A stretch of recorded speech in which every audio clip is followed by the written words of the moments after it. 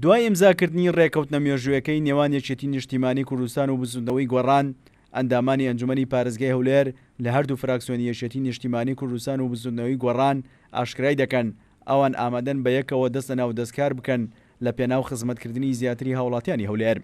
هەروەک سەرۆکی فراکسیۆنی گۆڕان لە ئەنجومەنی پارێزگای هەولێر ڕایدەگەێنێت ئێمە لە نێوان هەردوو فراکسیۆنەکەمان تەنها یەک دیوار هەیە و ئامادەین لە دوای ئەو ڕێکەوتنەوە ئەو دیوارش هەڵبگرین و ببین بە یەک فراکسیۆن. پێشەوەی ئەو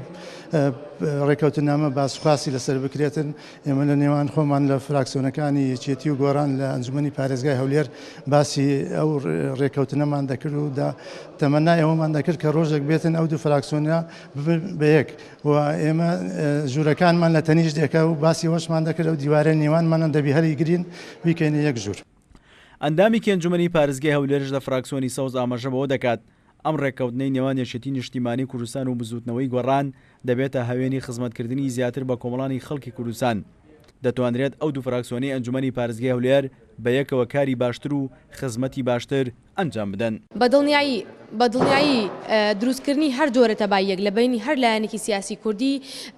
هەنگاوێک زیاتر ئەچێتە پێش بۆ خزمەتکردنی خەڵکی کوردستان و پێشم وایە ئەمە هەنگاوێکە خەڵکی کوردستان خۆشی، یعنی ئێمە ئەوەی کە لە ماوەی ڕابردوودا خوێندبێتمانەوە خەڵکی کوردستان بەتایبەتیش ئەندام و لایەنگرانی و حیزب ئەمە مەتاڵبی ئەوان بووە، لەبەرەوە پێم وایە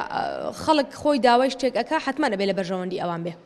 ئەندامانی ئەنجومەنی پارێزگای هەولێر داوا لە یەکێتی نیشتیمانی کوردستان و بزوتنەوەی گۆڕان دەکەن کە پەلە بکەن لە دیاریکردنی میکانیزمێکی گونجاو بۆ چۆنێتی کارکردنی هەردوو فراکسیۆنی سەوز و فراکسیۆنی گۆڕان لە ئەنجومەنی پارێزگاکان بەیەکەوە